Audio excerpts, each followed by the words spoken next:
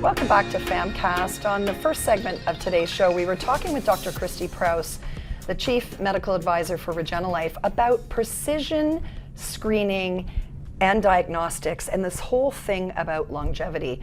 This is so fascinating, Dr. Prouse, because all of us want to live longer, but we want to live well. And so you made reference in the first discussion we were having about 3 signature tests. And although RegenaLife does all kinds of tests, before we dive into the 3 signature tests, tell us a little bit about what is RegenaLife? What are some of the other tests, and what kind of clientele are you bringing? Yeah, so RegenaLife is really about the early diagnostics and screening tools that can be accessed, and things that, for example, looking at your hormones or looking at your gut or looking at your biological age or your genetics and how that may influence your health down the road. But there's also other sort of 3 of these signature tests that you're talking about: the multi-cancer early detection test, the brain volumetrics, and the cardiac imaging, that are all really advancements in these areas that are making a big difference in how you can manage and intervene at an early stage. So we're making these available in Canada for the first time, which is really exciting. And although not covered by Ministry of Health, it is out of pocket, but in a very important way, and this is the way that people can access, whether it be through Best Doctors, which is the insurance provider, or through their own health spending accounts. There's ways of accessing these tools and devices to make a difference in your own care. When we're in a day and age where being a patient advocate for yourself is important. And I love that you're saying that as a physician, because I think that mindset and that shift is happening. It's slow, but it's happening. And I think patients are often frightened to speak up to their doctor, or because they think it's speaking up to their doctor, whereas I like to say, no, you're advocating for your health, and you're in partnership with your physician and your healthcare team. And I love hearing from a doctor like you, who's gone first courageously and done this type of work in the past. It really is an option for patients to consider, and that's so important, especially at a time that maybe you've gotten a diagnosis, or you think you may, or you have a family history and you want to get ahead of it and do something to prevent that from happening. I love that there are options now, thanks to people or organizations like RegenaLife and the work that you're doing, to be able to give that access, and of course advocating with insurance companies to have that covered as well. So let's really dive in deeper to these 3 signature tests, because I know everybody at home is going to want to know, well, what does this do and how does that work? So the first one you made reference to was the multi-cancer early detection test. So let's dive into that. What is it, how it works, all of those nitty-gritty details, because I'm sure everybody wants to know. Right. So first of all, it's a simple blood test. Awesome. So it can't get any easier than that. Wow. We're already used to doing that. But what it's doing is detecting 51 plus different cancers, and can do so at a much earlier stage than what we're typically used to. What's happening is any cancer will release a DNA tumor cells into the circulation, and those tumor cells can be detected by AI based on methylation patterns. Wow. And so based on that information, the methylation pattern that they're seeing can also localize a cancer to the region where it's believed to be coming from. So whether it's the pelvis or the brain. So it's a screening tool to pick up, hey, there's an issue going on here somewhere. Look here for your imaging and therefore your biopsies that come after that. So it's really picking up on these cells at a very, very early stage, when we otherwise are waiting for imaging to pick up on a lump or a mass or symptoms to set in, right? So this can technically pick up things at a stage 0, stage 1 cancer, which is obviously where you intervene early. You can make a bit greater difference with less of the complications that go along with some of the treatments that cancer is known for. Absolutely, and we've talked about in previous shows not only the complications, but the cost to the system, the strain on resources, all of those things. If we can detect earlier and get into action, what a difference it makes for our society and the access for care for all people when we can find out earlier. And a simple blood test. Yes. Which, that is so easily done. Right. Love that. Okay, so that's the first test. Now the second one that you made reference to was the coronary CT angiography with AI overlay. Right. So let's talk about that. Exactly. So historically in medicine we have really relied on symptoms, family history, looking at blood work for cholesterol parameters and whatnot. And when we start getting into the imaging, the gold standard has always been angiography, but angiography has a risk that is associated with it. That's where we put the instruments into the cardiac vessels, release a dye, and then image the heart. There is another way of also looking at it called CT angio. So you're also using dye, but just through a venous insertion, and that is less invasive for starters, but also when you overlay it with AI, takes imaging to another level that we didn't have before, and that is really mapping out the entire cardiac structure, vessel by vessel, looking for any narrowings and stenosis. But also, again, that discernment that AI can provide can help you distinguish between a hard plaque and a soft plaque being one that is more likely to cause a rupture and imminent heart attack. And Right. so, if you can distinguish at that level, you can intervene and make management decisions on behalf of somebody much sooner. And again, avoiding some of the catastrophic outcomes of cardiovascular disease, because oftentimes people don't have warning signs that there's an issue there. Right? Well, I'm going to personally just speak up right now because, and my husband, a very private man, so I won't go into great detail, but a very fit, young, 59-year-old, doesn't smoke, exercises a lot, yes, has a high-stress job, but really wasn't feeling well for 3 years, and went through all the cardiac testing, was discharged, and we pushed for cardiac contrast CT.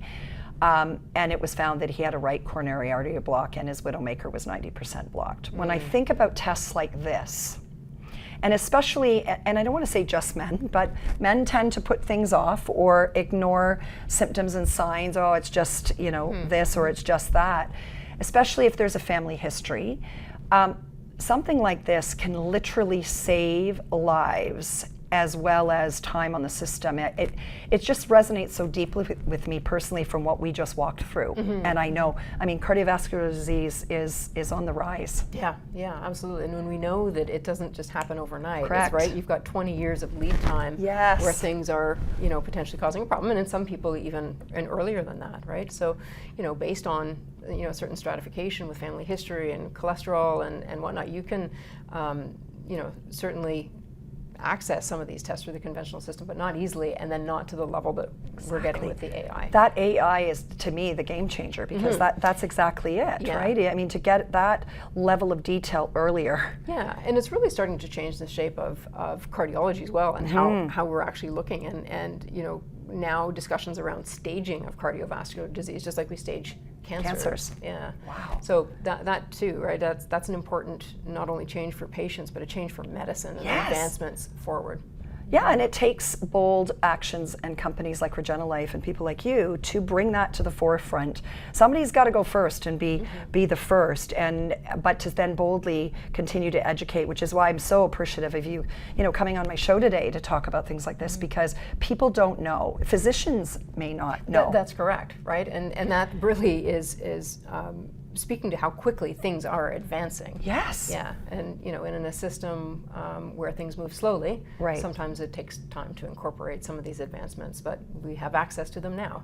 Which we don't is- need to wait. Which is incredible. And I also think about the potential that this could have in corporations, when so many corporations are now, which we're grateful for, investing in workplace wellness programs and preventative health, because we spend a lot of time at work, but we know that when people are healthier and well, they're more productive, and so the workplace is impacted by people's health. Cancer and cardiovascular disease and musculoskeletal health are the top 3 things why people are off work. Right. What an incredible way, and especially another cancer test is a blood test. It's portable. Right, Right, right. it can be done Yeah, exactly. anywhere in a Yeah, workplace. yeah. Well, not anywhere, but you know what I'm saying. It's accessible. Absolutely. Yeah, I think the other thing, the reverse of that too, is that there are certain occupations that are at much greater risk Yes. for cancers, for cardiovascular disease, for cognitive decline, and so from an insurance perspective, right? If you're front-ending some of these, picking up on an issue sooner rather than later, it will have quite substantial impact on the workforce. I love that you bring real life into things that you talk about, because this is how systems change and how people advocate for themselves. So you're absolutely right. You're a firefighter. You know that people are going to be at greater risk for things like cancer.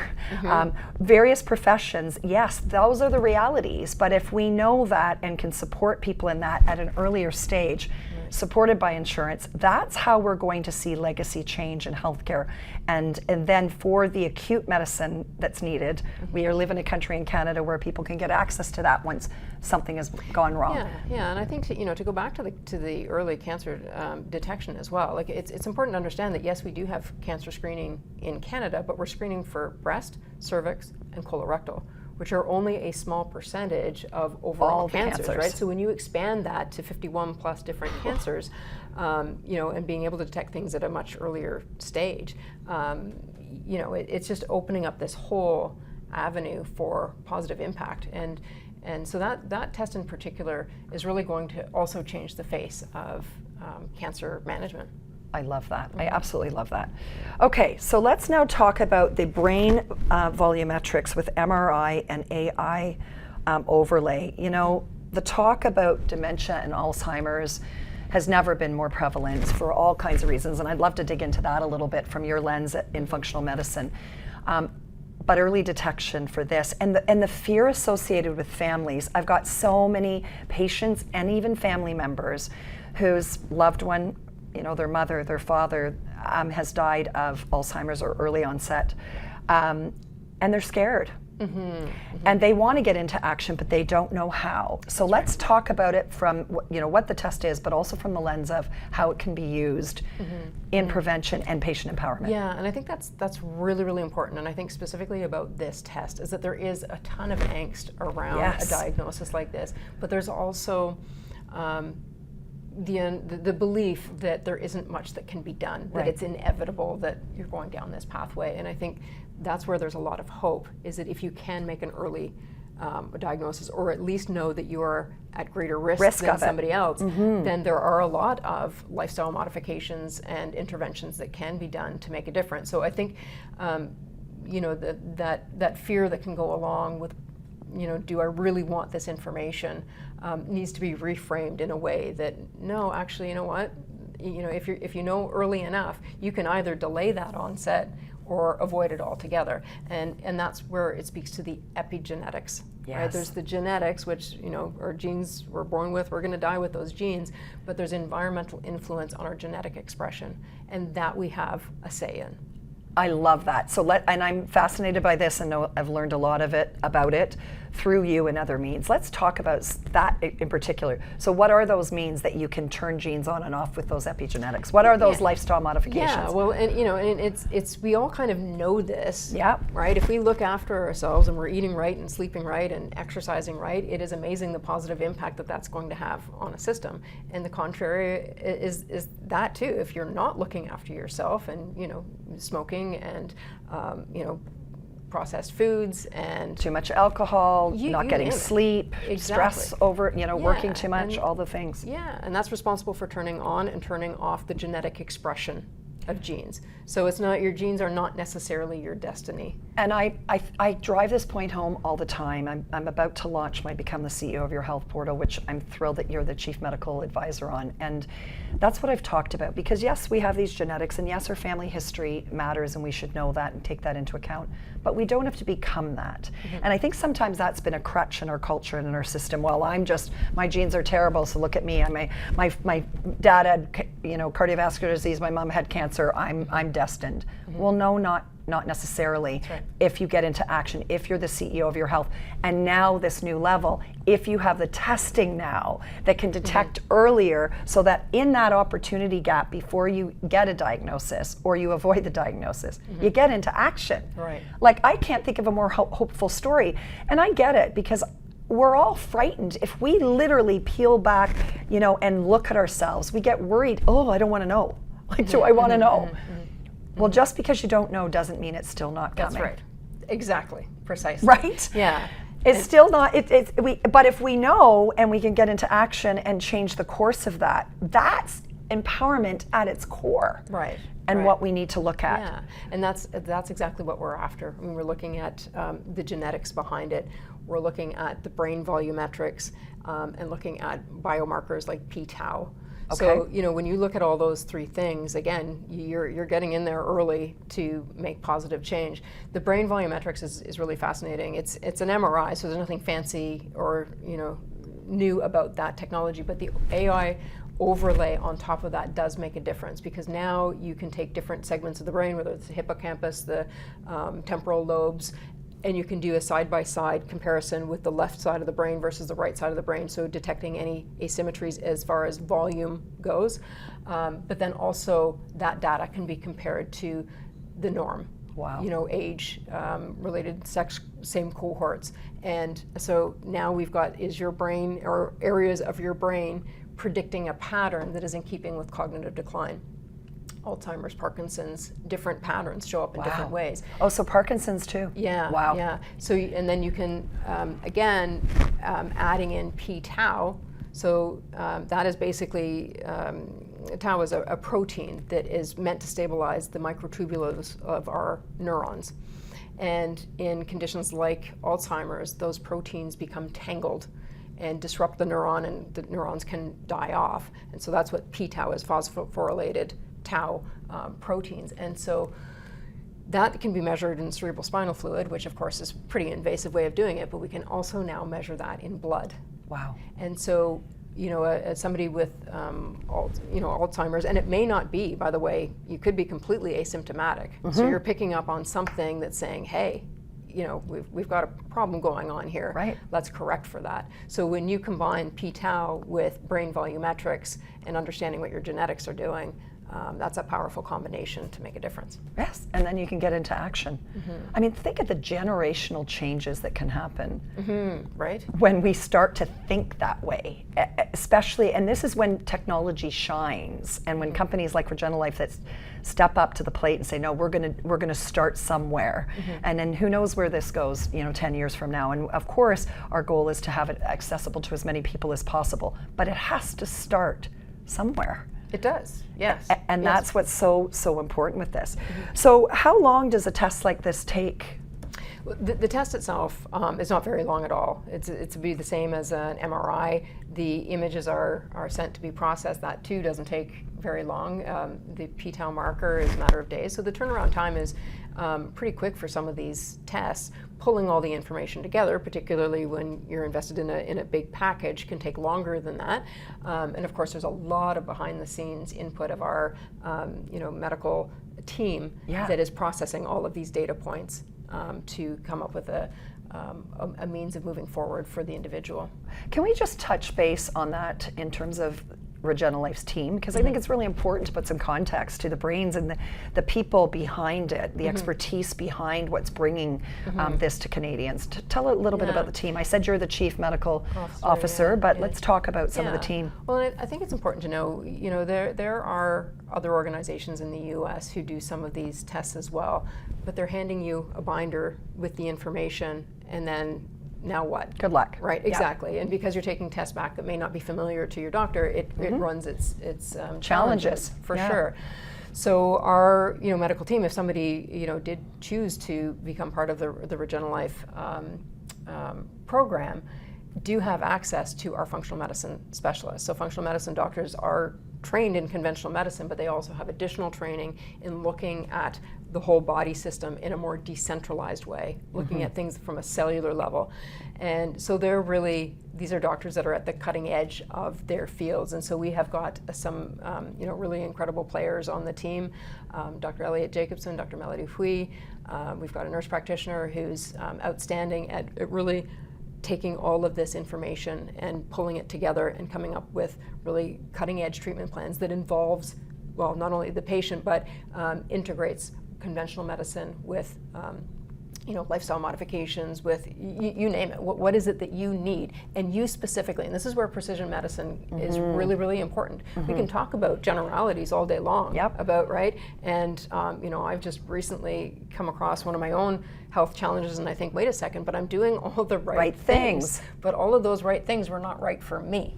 Okay, that's a mic drop moment. Like, seriously, let's hang on that thought for a moment.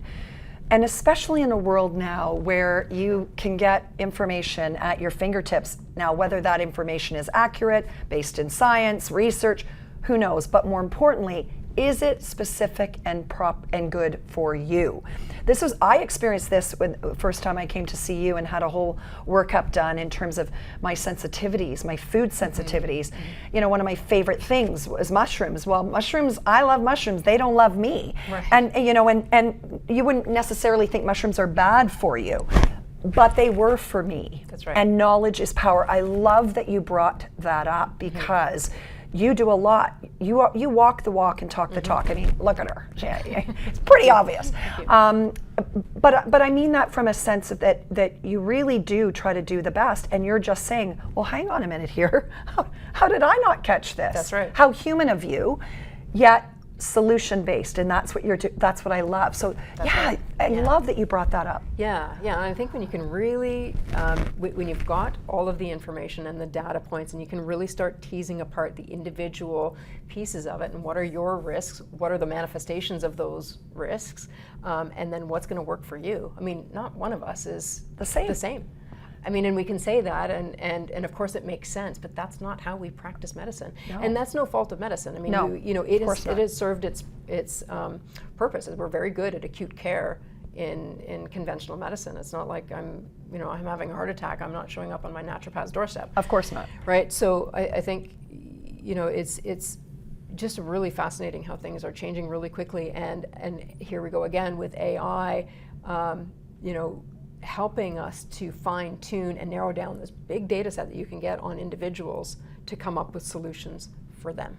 Oh, I love that. Customized, personalized medicine. It's just to me, that is the empowerment of it. And not only are we all not the same, but we're also going to make different choices in life. And you were just saying, it's no fault of the conventional medicine, but there's a treatment plan. There's a certain way, okay, if you have this is what we do. If your T-score is this, you've got osteoporosis, and this is the medication we're going to give you. But what this allows people to do is, hang on a minute, let's take a look at the whole, RegenaLife is looking at your whole picture. And then you get to weigh in, because would you agree, Dr. Prouse, that the patient is the most important member of their healthcare team? Absolutely, 100%. And to go back to something that you were just saying a moment ago, and how important our mindset is around our management. If you believe something is going to happen to you because you believe that your genes are your destiny, well, guess what? That's where you're headed. Right? And so, yes, the patient is not only important in their mindset and how they're framing things, and that's one of the things that we can help them do, but yes, they are the most important part of the healthcare team and need to be central, and they need to be making decisions that are right for them. Right. And that's a whole other layer. I mean, we can still get into this precision medicine, but if it's not for you, correct, then it's not for you. And then also having, because I've heard you do it, with patients in a kind, professional way. I've done it in my practice, and I've had people do it to me when I've needed to hear it, and that is this. You also have to be accountable and take ownership for the choices you're making or not making. Like Dr. Prouse said, whether it's, you're eating well, you're going to feel better. If you're not eating well and you're complaining about your gut being sore, or, we do have to take ownership. And I think, unfortunately, the current system that we've all existed in for 40 plus years, this pill for nil, wait till it's broken, passive approach, not only is it not working, but it's taught people to be, well, just give me a pill and I'll sit back and hope that things are good. And then if I have a side effect, give me another one, versus the mindset of, well, hang on, I have some control here. I'm in the driver's seat. And knowledge is power. Information and data is going to help me make informed decisions. Sometimes I'm going to make a decision, I'm going to eat that cake that's not going to serve me, but I know how I feel. And you're connecting the dots and layering that with diagnostic testing that's giving you true information. And then the lifestyle coaching, that's the game changer. Right. That's where we change legacy of healthcare. Oh my gosh, I could talk about this for days. We're going to come back in a few moments to finish up our discussion here with Dr. Prouse, talking about precision diagnostics, longevity, and health span, and helping you get into the driver's seat of your health. Stay tuned. We'll be right back here on PHAMCAST.